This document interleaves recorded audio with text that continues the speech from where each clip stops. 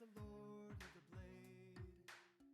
Got a dozen guildmates, always up for a late night raid. Though I wouldn't know them by a name or a face. We fight like brothers in a war with the dark elf race. In a dying age, I live in dungeons.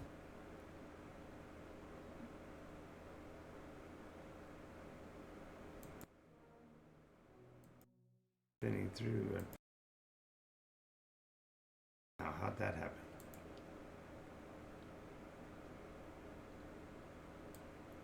Alrighty. There we are. Happy Friendsday, everybody. This is a chaotic beginning to the show, flipping through the channels like that, so I apologize for that. This is Jonathan Alvin, your host, and today as we do every Friends Day, we have one of our devoted players hop on with us and have a bit of a conversation. So, introduce yourself, mystery guest, and tell us a little bit about the personas that you have in Nikos so that we can kind of get to know just a one-liner about each one of them. Hello, my name is Jean. I have been playing Nikos now for about 7 or 8 years. Um, my first persona was Miri, who was the cleric of life, because we were playing in 2E at that time and beginning to switch over our characters. Um, my current characters are Marianne Brandywine, who is a half peck and half midge. They're kind of diminutive people, not hobbits, not halflings, but diminutive people, about 3 foot tall, plus or minus, a couple inches. She's a bard. She's not a bard. She loves music and dancing and takes the role that is traditionally called in other games a bard, but she has many other skills beside it, which is what I very much love about Nikos. I get to make up my own spells, songs, and my own chants so I can do magic. My next active character is Catelyn Noir. She's a section cat, a large black clouded leopard from the far north in Nikos. And she has lived through one iteration, and then with a vast jump of time, she now is in the next iteration, uh, which kind of makes her, if she counted from her beginning of her life to now, she's Well, about. Jean, she did die, so this is Oh, the okay. that she literally sacrificed herself, as you recall, at the end of the iteration, but was Yeah. reborn. So she is literally the reincarnation of herself So she is again alive in the eighth iteration and continues her travels in the ninth. as, She's ninth now. yeah, ninth now. Um, my other active character is Valkyrie, and Valkyrie is a psionicist or a psychic using magic by directing it with her mind, not with words or dancing or song, but with her mind. And she's a fairly new character, but has been fun to play. Good, good, good. So first, we're gonna, if you don't mind, ask a few questions about you, Jean, and then we'll talk to the individual characters, if that's okay. If they want to come out and play, so to speak, for a bit. Okay. So, first off, how long have you been a role player? And somewhere around the end of 1975, beginning of 1976 is kind of fuzzy. I had read the Star Wars book that they put out with the old Ralph McQuarrie um, book front cover, and I still have it somewhere.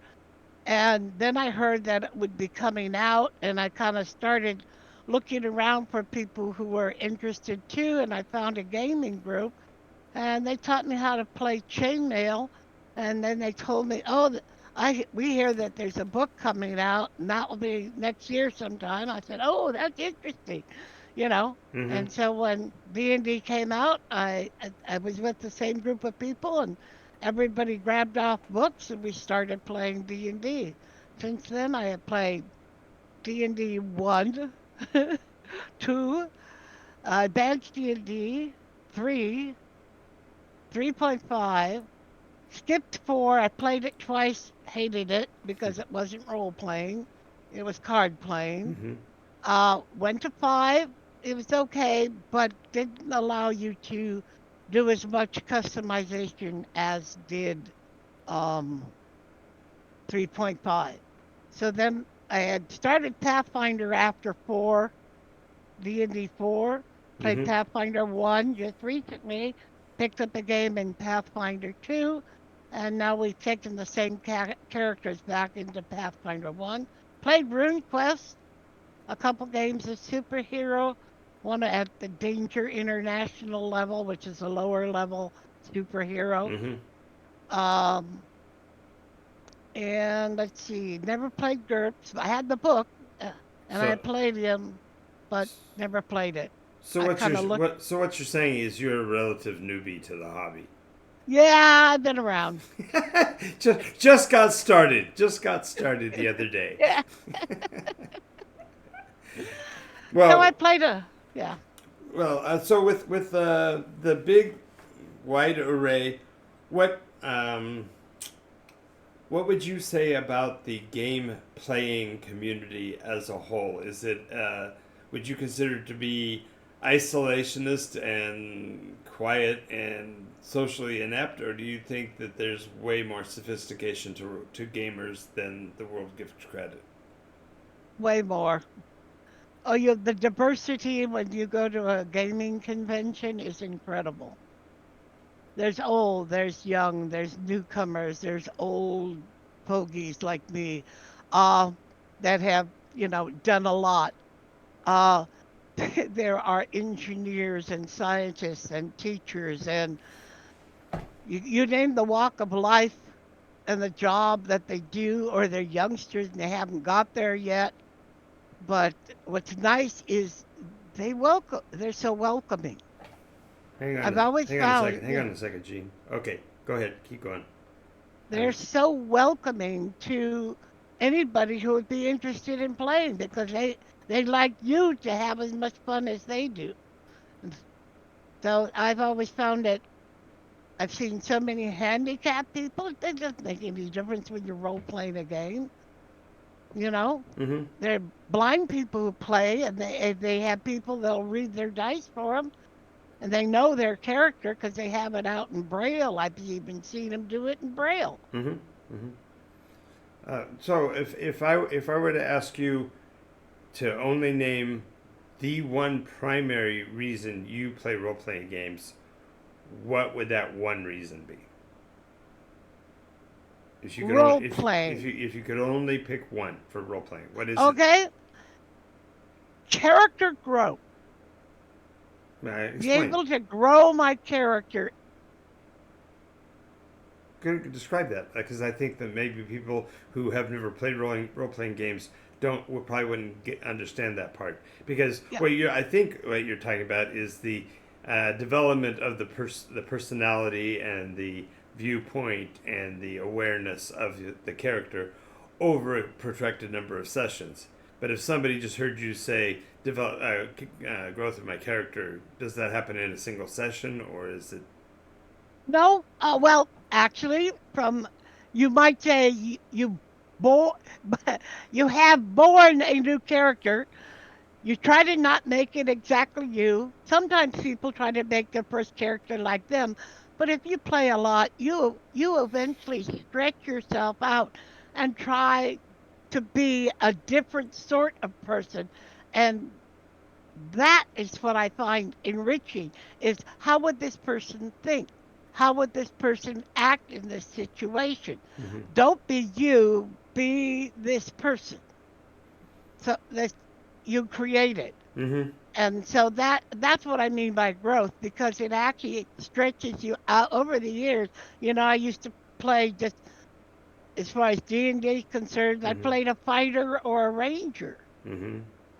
Uh, Only because I got along well with those classes. It took me a long time to do magic because I found that I keep on saying, look, a fighter has his sword the whole time, and a magic user runs out of magic, and then what are they supposed to do? They're lousy at fighting. So I said, something's wrong with that. Mm-hmm. Anyway, um, and so um, I began stretching myself out to into a cleric, into magic users, you name it. Mm-hmm. Finally, rogues took me a long time to play a rogue, but I had an absolute riot with a neutral, good, non-thieving rogue. She I don't didn't. know. No, I don't know what you're talking about. I would never put a rogue in a position where they couldn't apply their craft. That Yeah, never happens in any of my games ever. never, never, never. Doesn't mean like she didn't steal. It just, everything she took didn't necessarily show up.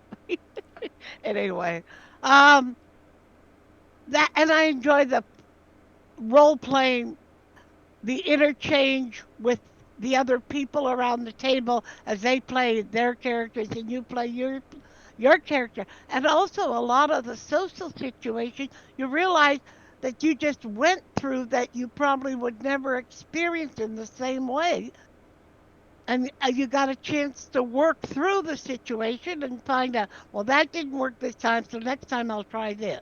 Mm-hmm. And so in that, there's two growths.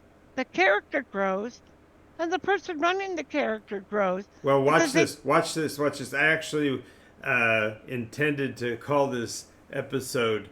Let me double check it. I wanted to flip it on for a second. I think I originally said. Where did I put it? No, that's off. Where'd it go?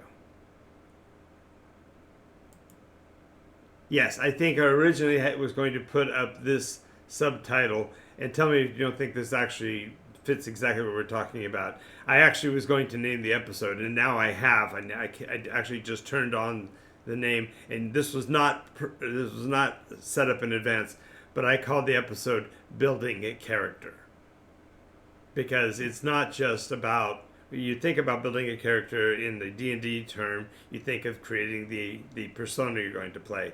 But what you're talking about now is actually you're building a character for yourself. You're developing your actual communication skill because you're getting to practice things that you wouldn't have gotten an yeah, opportunity to otherwise. I mean, the or biggest example I made when I had Scott on the other day was that as a paraplegic, he'll never win the 100-yard dash ever, and yet his characters, Tondru's famous charge against the wombat, that's a legend now in the world yeah, of Nikos, because that was, Scott, the player, having his persona run into a battle. And I mean, he said that was it's when you're able to do that duality and realize that while he will never do that physically, he has done it and arguably better than anybody else, in his weight class, so to speak, you yeah, know.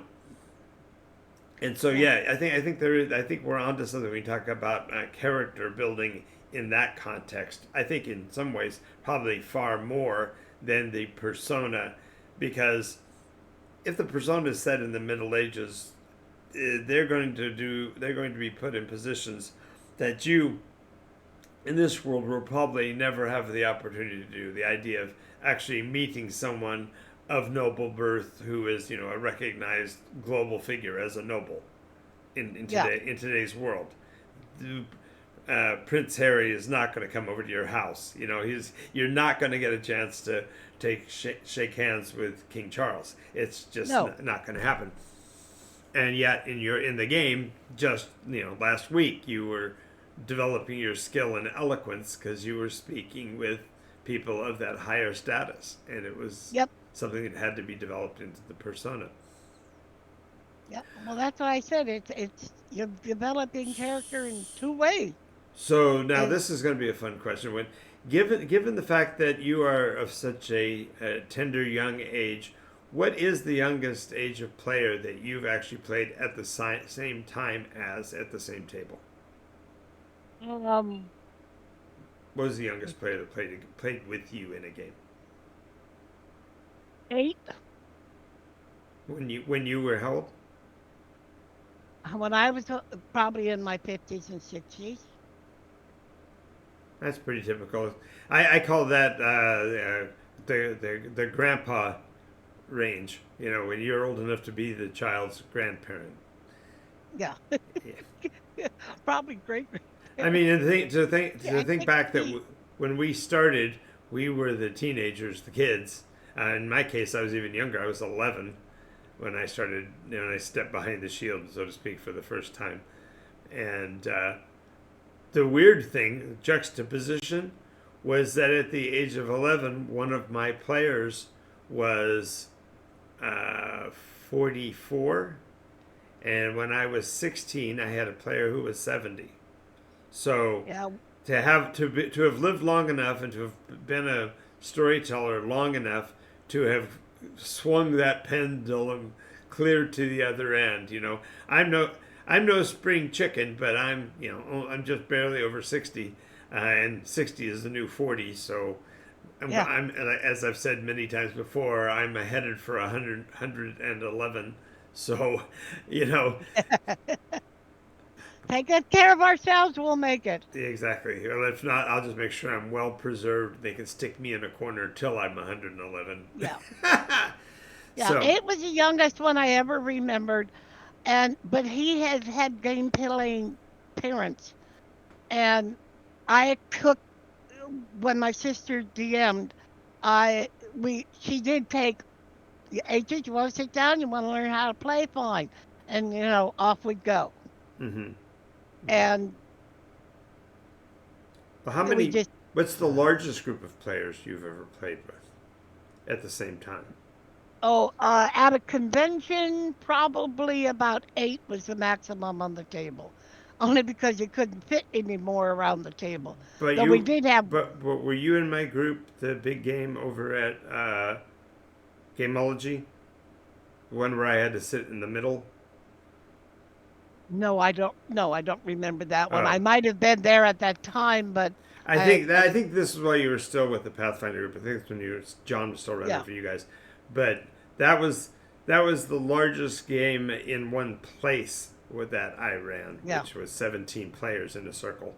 And yeah. literally, I was just going, "What do you do? What do you do? What do you do? What do you do? What do you do? What do you do?" Just kept circling, The largest one I spinning ever was around. in it was the joint game where the two groups in game had gotten into the same area, pursuing pretty much something that where we crossed paths, and so we had a huge joint game, and Mm-hmm. everybody was stuffed around the table.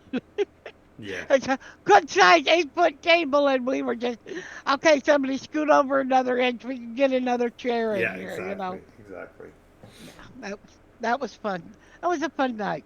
Mm-hmm. I played two characters, and so I put two character sheets out in front of me, and I put in an extra chair, and I jumped from the one chair over to the other chair whenever I played, because then we Well, had one. I might embarrass you a little bit of this one, but tell them why that is such a spectacular feat for you.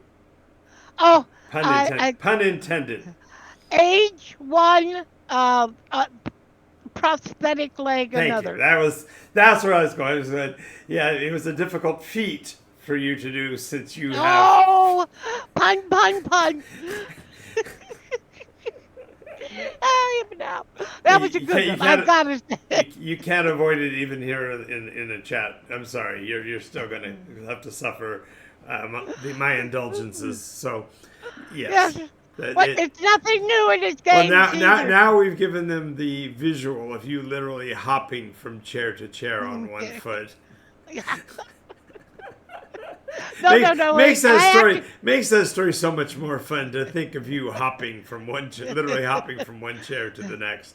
well, I had to hop up, Yeah, I know. Ju- had to jump up, move over, sit down, Yes, pick up the other character sheet, change the persona, go do mental switch, quick. Yes, the worst was when you had to argue with yourself. Yes, With the other two characters had to argue with each other, I should say. yes. Okay, so before we get to the actual character interviews, I want to take the next few minutes and talk a little bit about what you see for the future of the Nikos RPG product. And you can even tell them a bit about what's going on in Elwendale. Um, Nikos is such an open-ended game system that allows you to get into a character and develop it how you want. You get so many skills based on your race and where you came from and what was important for you, and those are just given to you. You don't That's no cost at all. But what's really good is after that you can put down any set or multiple sets of things that you want to be capable of doing until you run out of the points equivalent to your score. Mm-hmm. That's the And foundation. That's the foundational limit for beginning characters. Yes, yes, yeah, but once foundational. But then, like, I always wanted to. I hated to play multi-class characters because you lost so much. The further you went up, you lost all of the top. I like Gestalt characters because I used to be able to play them alongside each other. But Nikos allows you to be that Gestalt character without a cost against why do you. we have to be German, Gene? Badum ching. Other word. Well, because No. Gestalt is I'm a teacher, and Gestalt is what I understand, the Yes, word. but a consumer other than you and me may not know what Gestalt Okay, is. So I Gestalt don't want means, them thinking. I don't want them thinking that you're goose stepping around. no, no, no. Um, Gestalt means that you actually play two simultaneous classes, and you build your character on the highest stat of Oh, whatever class. you mean the original definition of multi-class compared to what they later were calling Yeah, dual class, and then switched over to narrow it down to only yeah, have one class at a yeah. time, right? So you actually build it and then choose the best score. So if you took a monk and a fighter, you'd get all the best stats of a monk, the saves, but and then you would get your wisdom added to your whatever if you decided to go without armor or with armor, and you'd still be covered because of your monk In ability. other words, it was the early version of what they now call optimization, right? Where you take Yeah, the optimal pathway through character advancement in a game like Dungeons and Dragons and add yeah, your skills and feats according to the progression that the classes provided. Blah blah blah. yeah, In other words, in Nikos, you wasted a lot of time yeah. And it's like, doing nothing where you could be adding advancing skills all the time, even ones that you've never developed before, because the mechanism allows that, right? I have a character now. I've been playing Marianne, which is about 2 years, right? Mm-hmm. Okay, been playing her 2 years, and she put in two new skills just the other day. One was Well, eloquence. I know that Even your character, I know that your persona sheets have the much larger font, but how many pages is Mary's persona right now? Marianne, Marianne's, Marianne. Um, well, with the larger font, there's the three basic main pages, which is right? the core numbers, the foundation numbers, and then there's my marks, which are given for my race Mm-hmm. with a definition so I know what they mean. Right. And then there's places and estates. After that, well, I see one, two, three, four. There's one for every roads, So that'd be one for six. languages, Oh, I see. Yeah. and then I have the physical skills. Well, in other words, Uh, what I was getting at is that Plenty. it is a small tome, and when by the time the character reaches its uh, retirement stage and or end of the iteration, that thing is going to be a book on itself. You'll have Yeah, to but it's you have to have a wagon to carry around all the different profile character yeah, persona packets you have. So, but it's cool because I get to do it, and then of hmm course I get to develop the skill. Get if you yeah. use it at a But session, okay. So yeah, we talked about up the you go. advancement of the personas in the game. Now I want you to tell me what you see as the future for the Nikos RPG from the development of the master book and the system books forward. What do you see for the future of it? Well, I hope to get like downshift and it used to be Six Guns and Desperados, but Driftwood Saloon. yeah, Driftwood Saloon now. Mm-hmm. So so there's a whole bunch of other. You name the genre, there'll be a book for it that gives you kind of like the overview of it, and everything is based off the master book. Mm-hmm. The master book gives you how you do it, when you do it, what you do. Right. Thank you very much. And again, if the skill isn't listed in the books, that doesn't stop you from making an entirely new skill Yep.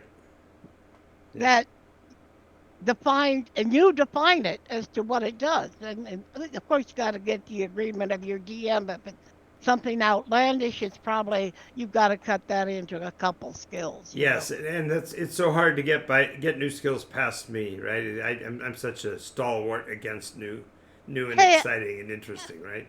yeah, I invented a new name for the type of one where you're trying to get information as, oh my, I hadn't heard that. Do tell. And Yeah. that's the name of the skill. Yes. You Yes. go up there, get into a gossip session with Mm-hmm. something juicy comes up. You go, oh my, I didn't hear that. Do tell. Yeah, exactly. So, finally, before we actually introduce, we'll probably talking to Mary first, just so you can start to cue your mindset. But what do you think is the appeal to a new player who's never played a role playing game for Oh, Nikos? ease of creating the initial persona. You can play with only your first six stats. Mm-hmm. That's it. And then as you play, you can think, "Oh, I want him to be able to use a sword." So you put down sword, and you automatically get to take that stat and throw it as a base number into that stat. Mm-hmm. I mean, just that fast. And then as you're playing again, oh no, I want to be able to ride, so I'm going to throw ride in there. Mm-hmm. Well, I want to be able to read and write, and so you throw read and write down there. Mm-hmm. You're educated. You can read and write. So Um, the speed at which you can pick the game up is yeah, extremely high. they're not levels. They're just building stats. That's how you build your character. Mm-hmm. You build your stats, and all the initial stats are based off your foundation base score. Well, And here, and, here's and here's my one fun question I was wanting to ask. Um, Given what you know of Nikos, which one do you think you miss the most? Class limits, hit points, or tracking experience? what was the first one again? Uh, First one was levels, level limit, level advancement. Don't miss that at all. Because then you, instead of getting credit for all the things you've done in game, you get a couple points to put in certain skills, you know. What about the old joy of game master granting experience points? Do you really miss that? No, I don't miss that at all. Because again, experience points are only useful to get you to a level. How about They hip? don't How really describe what you have done during that time that makes you a better person. With Nikos, you know how much better you are than you were before. how about Because those? How about those pesky hit points? Do you miss those? no, because I have had some of the best battles that we have fatigue points Mm-hmm. And you can be hurt and you can be killed, and you can also get so fatigued you can't carry on battle. Mm-hmm. But the fun thing is that I've had some of the most spectacular fight scenes in about a fifth of the time it takes a D&D combat session going around the table to get everything done, especially at higher levels when they have 5 shots that they get to hit. Mm-hmm. And though you have to wait till they get through all 5 of them. Well, during that time that someone was gonna, you don't get 5 shots at me without me responding, Mm-hmm. but the game system doesn't show that. Where with Nikos, I can strike at someone, they have a chance to dodge or parry me, Mm-hmm.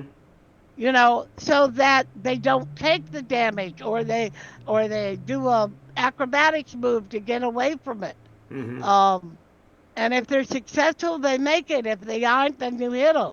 Right. Right. So now, And now we're going to switch over. If you don't mind, I'm going to switch my persona as well. For those of you watching, I'm not going to physically transform, and I'm not even probably going to do a very good voice, but I would like you to meet our ace reporter. And I've got to change his shirt, but I'm going to just show his little face down here at the bottom, and Gene won't know him.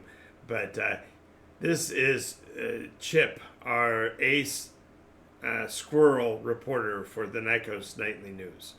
oh no, a dastardly squirrel. Exactly. Welcome to the show, little one.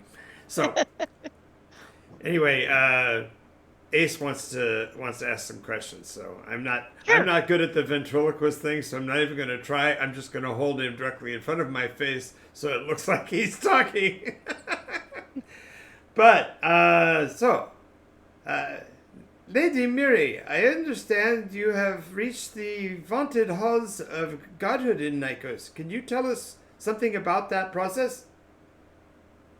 Um, I turned it down the first time it was offered me, but towards the end of that time, where I had got a family and got married and I had a family, um, I knew that we had lost a lot of the gods. Uh, I kind of almost destroyed one. Well, at least I took his powers away. It was an accident. Just just to let you know, it was an accident. It wasn't on purpose. Um, How do I you accidentally almost destroy gods? The Black Book did it. I Ah. quoted a passage out of the Black Book because he asked me what was this thing that I'd been reading and why didn't I show it to him. And so I opened up the book and I read him this passage, and all of a sudden he went like crazy. He flew around my sanctum in the temple. He obliterated everything on the walls. He raced out, and I lost all my powers as a cleric. Well, Until if the deity's gone, it's kind of hard to have powers, right? Yeah, I mean, if you knock him down a notch or two, I guess is what happened. He was destroyed as a god. Um, So and it was all an accident. I certainly didn't mean to do it. into which iteration were you born? I was born in the seventh iteration. Nah. No, I was born in the now Thank you. because the iteration hadn't started yet. The six supposedly had ended, but it hadn't really. But none of us knew it, that we were not actually in the next iteration until I was actually just about out of the game, and when I took her out of the game. Mm-hmm. As for the role of godhood, well, it's long and hard. You have to establish your religion. You Mm-hmm. have to bring in worshipers, make temples, provide services for the people that come to your temples. Mm-hmm. It takes time, especially when there is a conflicting entity racing around, taking the name of the temple where your temple is within, and claiming it for himself, and he wasn't the true God. Are you saying that even in religion way back in the in the realm of Nikos, there were factional divisions within the faith community? That didn't happen. Yes, and they. That's so fake. That could never happen. That didn't happen in any reality here. Oh, We all have the uniform Christian faith today, right? There's none of that oh. weirdness What? How today. many sects of Christians are there? I could name at No, least no. fifteen. I'm just making a joke that Yeah, that something happened on Nikos that kind of might have happened here. That's just crazy talk. yeah, Obviously, I this was know. really deep fiction because no one would think that ever. It's Yeah. not possible. So anyway, was a little farm girl from nowhere who wanted to be a cleric and got a chance to be a cleric just about when she was ready to be a true acolyte and ready to study to become a cleric. She was kicked out of the temple by the priestess who brought her in and said, "Go out there and become a cleric." And I went out there and there was a street battle. It was awful. So I had no hit points because we were doing TUE at the time. And so I raced out to heal somebody, and then TUE? huh? You Two said E, two E. no. We were actually in third. Or We're in actually, third, we were in fifth. fifth. Yeah. That's right, 5E, 5E. It Yeah. was 5E, D&D. Um, so I had to hop in and out of a dress shop. Or I met a nice lady that later on I think we killed her, but she was nice at the time. But she proved to be a real mm, consorting with devils and beholders. Be careful of who you meet. They might not be nice. But she thought she was rather nice at the time. Mm-hmm. And then she grew up more and learned a pleasant face and a kind word is not always the best indication of their true personality. Yeah, I But think that, that in just stepping out of character and into the meta for a moment, I think that may have been when you finally realized that the storyteller uh, doesn't always speak truth.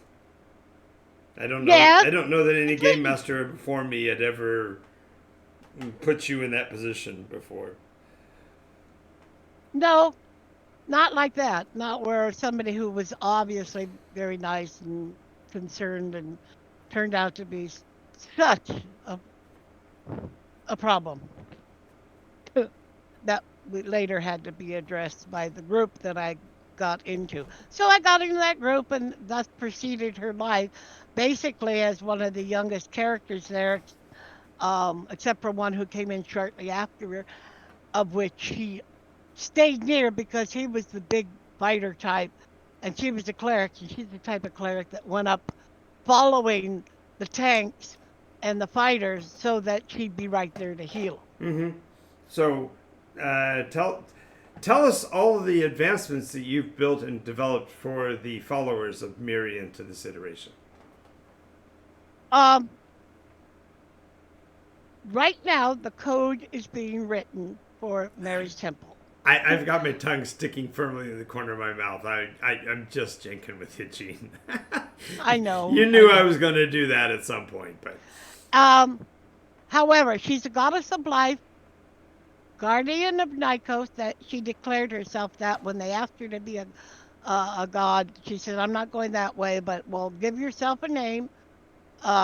What is it that you're going to be doing?" And I said, "Well, I'm going to guard Nikos."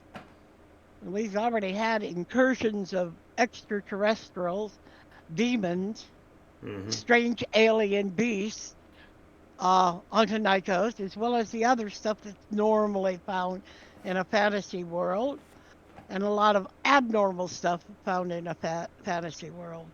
Um, but the code is being written. She believes that life has three aspects. There's the plants, the animals, and sentient beings. regardless of their shape, and that things need to be kept in balance so all can go forward. Mm-hmm. So basically, it's you need to live, but you take no more than what you need. Mm-hmm. You need to protect yourself, but don't destroy wantonly just Mm-hmm. because it's there. Take, if Mm-hmm. you go out in the forest, don't take every nut from the tree because a new tree will need to grow. You Mm-hmm. know, save some that need to go out to the animals that are there. And you can't do without the whole hierarchy of animals from the smallest through the plant eaters and then Mm-hmm. the carnivores that eat the plant eaters that keep them down so they don't overrun you. Well, I don't want to keep you, Mary. I know that it's a very busy life as a goddess, having to figure all this stuff out, especially since the expiration date the inspiration date, we should say, for your book is well overdue. So I'm gonna let you go. I want to take some time and switch our interview around and talk to another persona, Okay. and. I think the next one I'd like to talk to would be iterationally. The next one that makes sense would be Valara. Ah, And I well, know Laura. this may be a tough and short conversation because I know we're going into some rocky areas there near the end. But I want to talk in particular about the fact that Valara's existence in the world of Nikos has been made permanent by the change of the name of the Daean species to the Falaran. So Yep. could you talk a Half little of bit her about name. how did that name come about, and what is the I guess the proudest part of that for you in terms of uh, legacy, I suppose. Well, first of all, she was a Okay, wait, I'm extraterrestrial. talking to her. I'm trying to talk to her. Oh, I started out as an extraterrestrial, otherwise known as an Earthling or a Terran. We had a Or colony ship, another. or as the Nikosian call us, one of the others. Mm-hmm. In other words, not of Nikos. Mm-hmm. Um, there had been earlier in iterations from two on. There had been earlier small incursions of humans, Mm-hmm. and but the last few times it's been great colony ships that they were sold a bill of goods. So they said they had the deed to the planet as a pristine, unoccupied planet.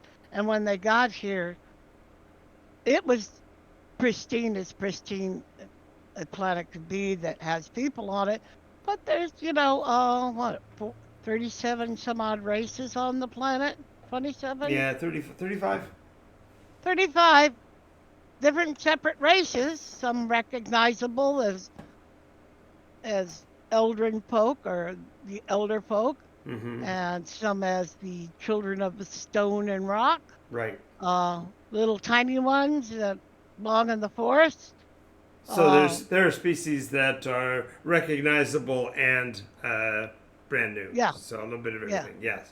yeah. There is a lot of brand new ones that you can be. Um, she landed here in the far Arctic North. Uh, they were hit by a whale in the sky because we had whales in the sky and sharks and other things like the denizens of the ocean that actually occupied atmosphere. Mm-hmm. Mm-hmm. Um, so it landed with a crash. But I'm trying not to go through her entire Okay, mercurial life. So I asked specifically how the name name Frey that. Lauren Okay, came to be and that kind of thing. So I wanted to focus on the particularly healing process that provided. yeah. There were Dayanels They and elves unfortunately got contaminated by nanites, Well, by the Ixal.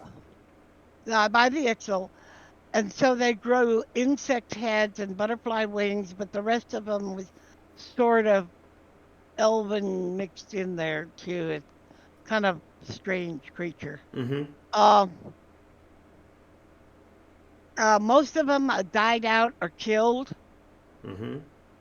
Um, later on in her venture, when she was adventuring with a robot or a dreadnought and Well, I was, yeah, another pretty talking about Alton the, elf yeah. by name of Freya, and her last she was Valara.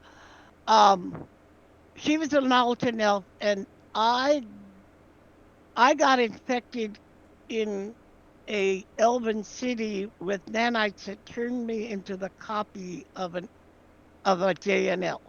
Mm-hmm. Not with the insect, but in the pure original form. Mm-hmm. Freya was also pure original form JNL. She was of a royal line. Mm-hmm.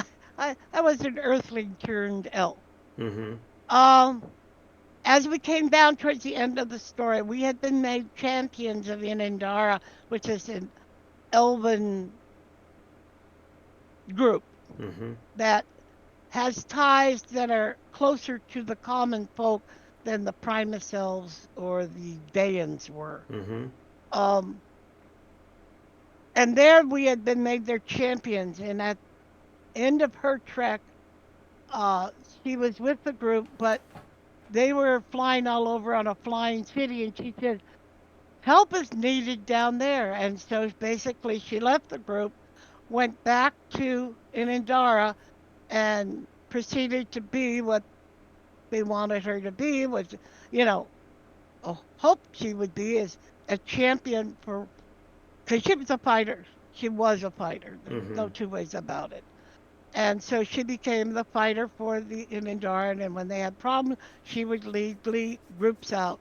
So in honor of that, when the new people descended from both Freya and Valara came into the Inandara group, they were just kind of different than the Inandran. So they were called, for Freya and Valara, they were called Frelarans Huh. because they basically descended between Well, those and they were also the to use another $4 word. They were of the diaspora of the Eldrin people. The Dayan people were scattered by the corruption, and while it didn't take them all, there were elves that were of the Dayan culture, but yes, they had been besmirched. Their honor was crushed by this pervasive insect invasion, so that the change in the name matched with the change in their demeanor and their recognition of duty to the others of their species. And so that's the reason why the species became known as Freylarian, because both Freya and Valara, being single and not associated for the purpose of children and stuff, did not leave a descendancy, but instead their legacy was the fact that the species collectively thereafter became known as Freylarian. yep. So, all right. Finally, I need to switch to my crime reporter hat, because I'm going to have this conversation, if you will. I'm going to put you in cover, so we're only seeing your silhouette, but you're not going to need to alter your voice. I'm going to put that through in post production. I'm kidding. I'm not doing that. But anyway, I'm going to talk to the very mysterious woman of the hour, the self-proclaimed true Catelyn Noir. So, Uh, what an Catelyn, I know that you're really in a rush, and you've got people literally breathing down your neck. But it's not often that we get to have a person of your rank and nobility right here in which city are we in? Oh yeah, in Salafort. there are rumors swirling that you may have had something to do with the death of our sovereign king, Lord Tonderu. And I was going to give you an opportunity to speak your piece before you depart from the fix so you don't get arrested. Definitely, I'd like to clarify the fact that I wasn't even in Sallyport. I was far to the west, traveling from Montara. We happened to hear the news on the way from a traveling group that Tanderu had been slain by a Morgul blade, which is some awful, awful blade that sucks the soul out of a person. Anyway, so we came to town hoping to find out what was going on. There was a complication there. Wait a second. Are you saying you've never seen a Morgul blade?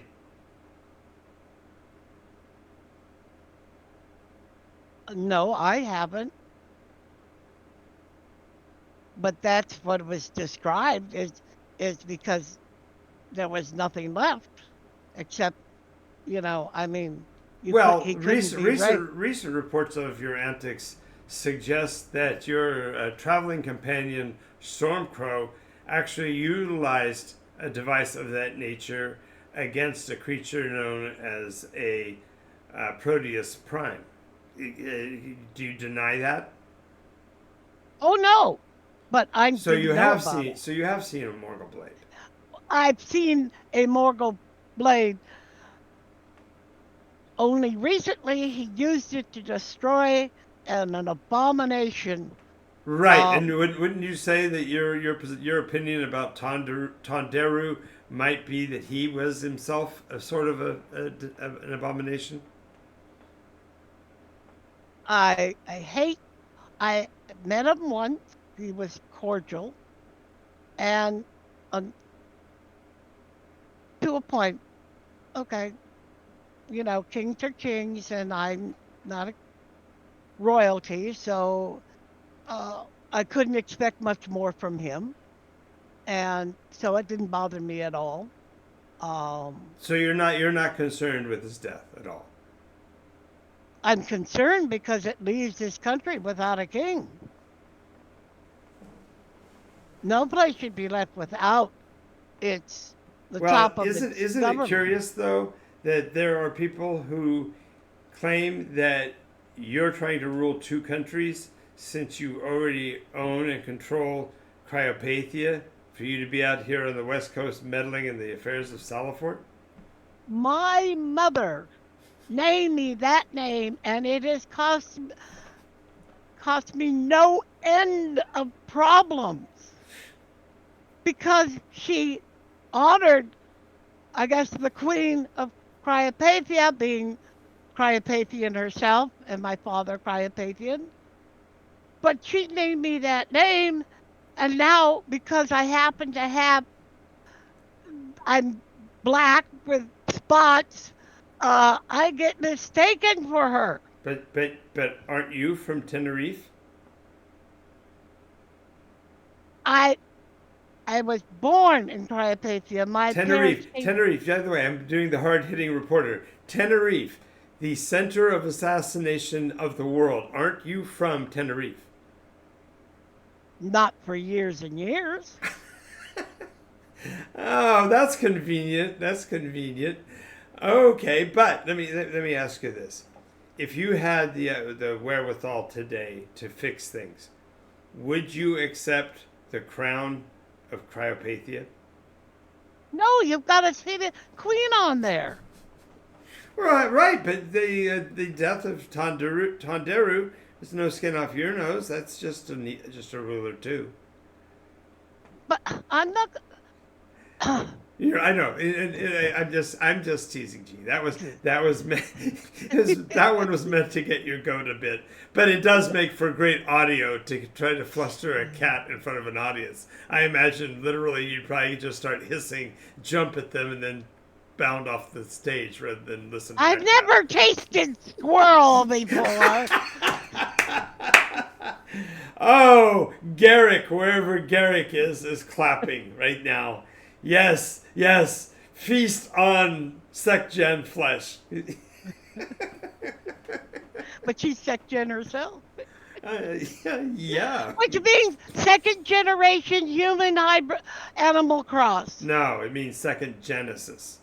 Genesis. That period of mysterious time at the beginning of this iteration where our champions Morrow and Bathra Bothridge. created the second Genesis.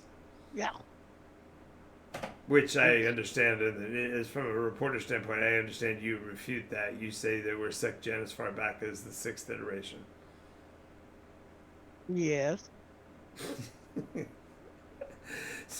So I guess we could label Catelyn as being, to most people's mind, a bit of a conspiracy theorist herself.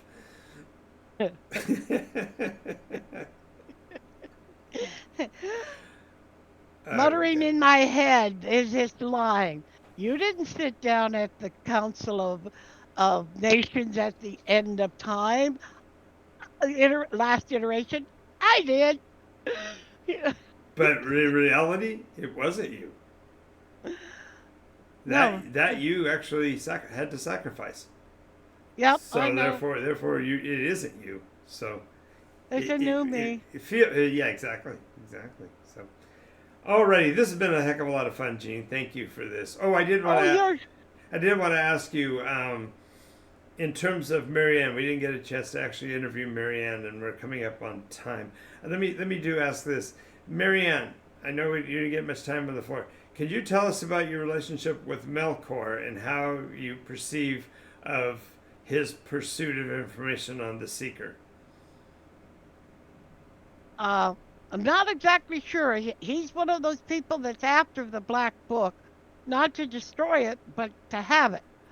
And that Black Book is the one that killed Miri's god. So I have two minds of it. I mean, Mm-hmm. books are nice and you learn a lot, but I'm more interested in music books That's fair. That's fair. and old tales and Mm-hmm. stories that I Mm-hmm. could utilize. But that's an old story, and it's still around about the black books that destroy gods. Yep. Yep. Yep. And Melkor, who has put everything he's had into, into Melkor, trying to find that black book Mm-hmm. because he heard some stuff about it and he wants it. He wants to learn more. So, Do you each do to his you, own. do you think that the legends of the Seeker are true, or do you even know them? Perhaps I you don't know them. I don't know the legends of the Seeker. Legend of the Seeker says that, as in the last raising of gods on Nikos, a figure shall arise who will be the uh, the bane and the boon and the bane of all deity. Oh well, uh, we already lost a bunch of deities, so that's nothing new. But we're getting new ones back. Right, So what can I say? but the fact that the Seeker arose on the heels of this formation of the godhood of Cord and the godhood of Miri, you know, And Christmas. and yes, well, yeah, And but she said, yeah, they said that would happen, but we had an end of iteration with virtually no gods left. And then we start a new one, and we have three new ones being born mm-hmm. and up there doing their thing. So it hasn't happened yet. Yep, true. Alrighty, thank you so much, Gene, for being with us. Thank you. I'm sure we'll have you on again. And I've already spoken with my other interviewees, and they would like to do a Nikos RPG roundtable. Not so much to Oh, actually play characters in conversation, but as but players to be face to face and talk about subjects in the games community. Would you be interested in being part of that? oh, certainly, certainly, Cool. certainly. So, well, to you, the viewers, we'll be giving you more information in the future as that comes to be. Thank you for being with us this Friends Day. Thank you, Gene Acker, for being with us. And if you like what you're seeing, make sure you follow us here on Twitch and check out our video collection over at Nikos RPG on YouTube. There's something like 700 videos now, so there's a few things to watch to catch up on the story. And if you want to know more, check out nikosrpg.info. And if you're looking for a copy of the property, you can actually order directly from our website at nikosrpg.com. There, I've done my stump speech here at the end.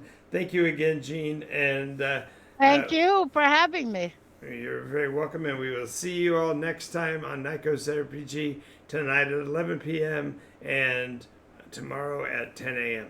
Talk to you soon. All right. Good night, or good day. Good morning, good evening, good day, good night. Yeah. Well, I've been up